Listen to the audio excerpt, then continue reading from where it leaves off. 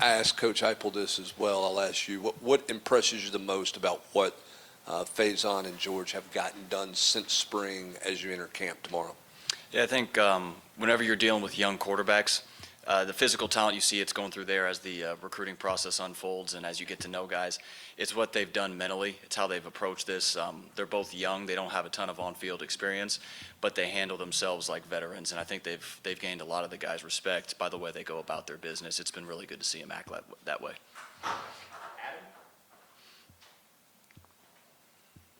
When you guys sort of grade those two quarterbacks during camp, how much do intangibles play a part? Their leadership, their moxie, whatever the different words we use, or how much is that just dictated on execution of the offense? Yeah, I think whenever you're looking at it, it's got to be holistic. It's not just who has the highest completion percentage, who's done the least of this, fill in the blank. It's got to be, as we look at these guys go through their day, as they go through practice, scrimmages, overall, who gives us the best chance to go win on a Saturday, and why do we think that? We also know that there's guys that are better under the lights, and you try to get reasons of put them in positions where it feels like game day and try to figure that. There's guys that just happen to do things right when they're out there on the field. There's guys that are better after they've walked through. So as you're going through everything, it's not just this compared to this. It's you're looking at the entire body of work, really from summer through now, and who do we think when we go step on the field on a Saturday, who's going to give us a real shot to go win this thing?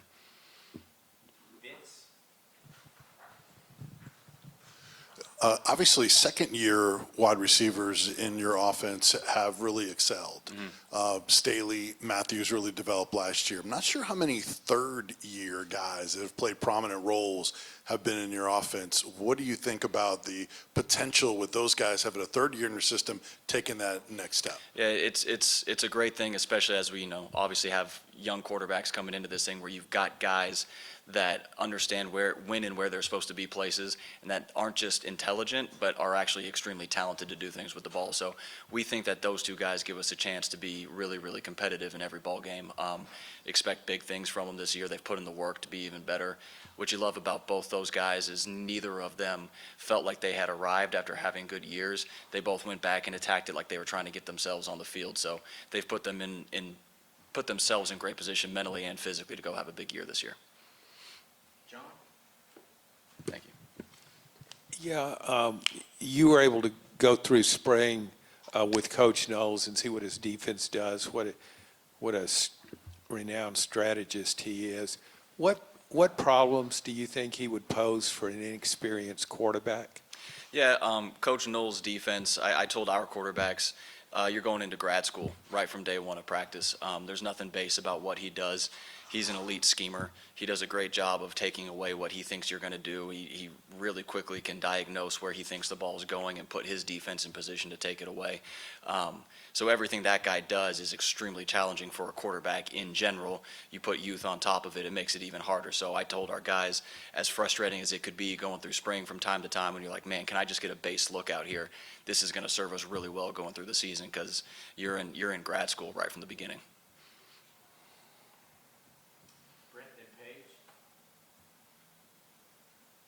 Yeah, one more on the quarterbacks for me. Why have you guys been so successful with first-year starters in terms of the numbers and throwing yards, passing yards, and all the things? Why, at whatever stop you guys have been at, why have you been so successful with first-year starters?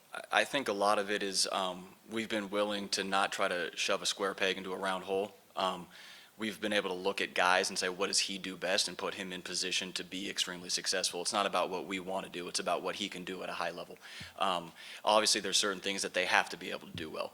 It starts in the recruiting process. It starts in the developmental process from a young age, and not waiting till a guy's a starter to really start developing him. It's developing him right when he walks through the door. It's having a plan from day one to get him ready to go.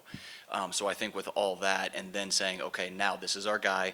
What does he do best? What does he struggle with? How do we tailor practice to fit him? How do we tailor our game plan to fit him? Where do we put the best pieces on offense around him so he could be the most successful?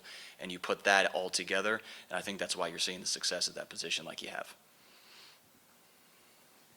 Where would you say the tight end unit is at, and maybe who continues to emerge as leaders in that room? Yeah, obviously we're not old in that room this year, but it's been really fun to watch those guys work. You know, Ethan Davis can be a matchup problem for people with his size and route running ability and speed. The two new guys we've brought in are really, you know, they're the big traditional wide type of tight ends, strong, powerful dudes, and then everyone knows what Deshaun can bring as far as a speed guy that can run like a wide out. So that's an exciting room. It's a room that I feel like it's one of the few where you don't have an exact, this is how it's all going to shake out, which is what you want going into a lot of fall camps. It's how is this going to play itself out when we're in 12, when we're 11, who gives us the best chance to create issues, who's the best in the run game, best in the pass game, and then putting it together to where it makes a ton of sense and it flows. But it's an exciting room that also is going to be really fun to see how this ends up playing out for the fall. Coach, the last couple of years, it's kind of seemed to have swung back and forth between Tennessee has an elite offense, Tennessee has an elite defense. When you're coming off such a successful season, you know, leading the SEC, do you feel any sort of pressure to maintain that standard heading into this season? That is the standard. You know, I've been with Coach a long time, and that's just what our standard is. The big thing for us is driving home the point for the guys that because anything happened last year does not mean we just get to do anything this year. It's got to be earned new every single year, and the guys have really, really taken to that. And a lot of guys also understand, you know, with, you know, going through a quarterback battle through fall camp, different dudes, I think, feel the pressure in a good way to step up and make sure whoever ends up winning that job look successful like we've been talking about. So the guys know the standard. They know what's expected of this offense, and I think they're going to go handle it well. Where are you at center going into fall camp, and how would you assess how Sam Pendleton has developed this offseason? Yeah, Sam's done a great job working on his body. Like, all of our guys have gotten bigger and stronger. They're really cool to look at. Like, we have a chance to be really, really good up front. That's another position room where there is a lot of depth that we get to do a good job of putting together in the best way possible. So we'll get our best five out there on the field. You know, Sam did a great job for us last year. We expect him to keep doing a great job this year. And that's the best thing when you have depth, is there's competition everywhere for everybody. So best guy's going to step out on the field and take the snaps. Speaking of depth, how do you feel about the depth in that running back room behind Deshaun? Really, really like it. I think we're talented. I think we got some young guys that maybe haven't played as much, but we've liked what they've shown through spring and summer. Bringing in JG from his last stop and getting him in here, he's a guy that gives you something dynamic. He's a big back. He's really good in the pass game. He's got good feet. So we got that room, I think, ready to go and step up with a 3-4 deep that can give us a lot of different types of backs, a lot of different skill sets, and create some trouble for the defense. Joey, how would you describe how Faison and George are wired? Are they wired differently? Are they pretty similar? And kind of expand on that skill sets too. What are their strengths at this point? Yeah, they're very different guys. The best thing that starts off is they're both mature for their age. They handle themselves like they've been in this for a while. They're not the type of guy that will be overwhelmed by a big moment. That's what gives us a ton of confidence about having young guys competing for this thing, is the way that they're built. Mentally, physically, they're all different guys, right? Everyone has different strengths, different attributes, and our job, like I said, is to make sure, man, what does one guy do well, and let's formate it to make sure that it gives him the best opportunity while giving the other guy a chance to compete as well. So as we're going through this whole camp, we're going to be tailoring it to each individual guy, which is why you can hope you can get to somebody as quickly as possible and start really rallying the offense that direction. When you have to tailor camp to a specific guy that's back there, how limiting is it in fall camp to have to tailor things? Yeah, and when I say that, I'm not saying like wholesale changes. It's, you know, trying to figure out what guys do best. And it's also when you got two young guys, you know, three young guys, it's putting them in positions that are difficult, intentionally difficult positions where you're trying to like put them in a spot where like, all right, what's he going to do here? You know, they've never seen something like this before. It's a tough situation. You know the look you're going to get on defense, and you call a play that you probably wouldn't. So you're putting him in a tough spot where maybe he's going to be hot. Maybe he's going to do something like this, just to let him see it and react, and then you go watch the tape and you coach through it. So as you're doing that, you're trying to find out how the guy ticks, and when he's out there on the field, what is he in the best situations for? So on the back end of this, now you can start moving it to fit him best.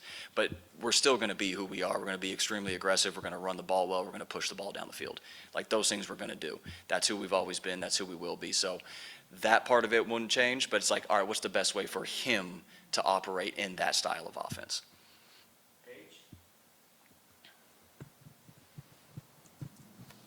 there will probably be a lot of attention on the wide receiver room as well, especially with how deep and talented it is. Maybe what excites you most about that and the security blanket that it could be for your quarterbacks and emerging behind Braylon and Mike? Yeah, what you like about that is, everybody knows about Braylon and Mike. The other guys that, haven't been on the field as much, physically, you've got some extremely talented, gifted wide receivers, and you got large guys, you got guys that can run, and the best thing about it is you have a lot of guys in that room that you can get the ball and let them do the rest, which is, like you said, an absolute comfort blanket for a quarterback, where I don't have to throw it 50 to get 50. You can get the guy the ball in his hands. It's our job to be creative in how we're going to do that, and then kind of let those guys go to work. So having a room that has that kind of skill set, it's fun for the opportunity for us to try to be creative in how we're going to get them the ball, get them in their grass, and let them just do their thing. Any other questions? All right. Thank you. Thank you.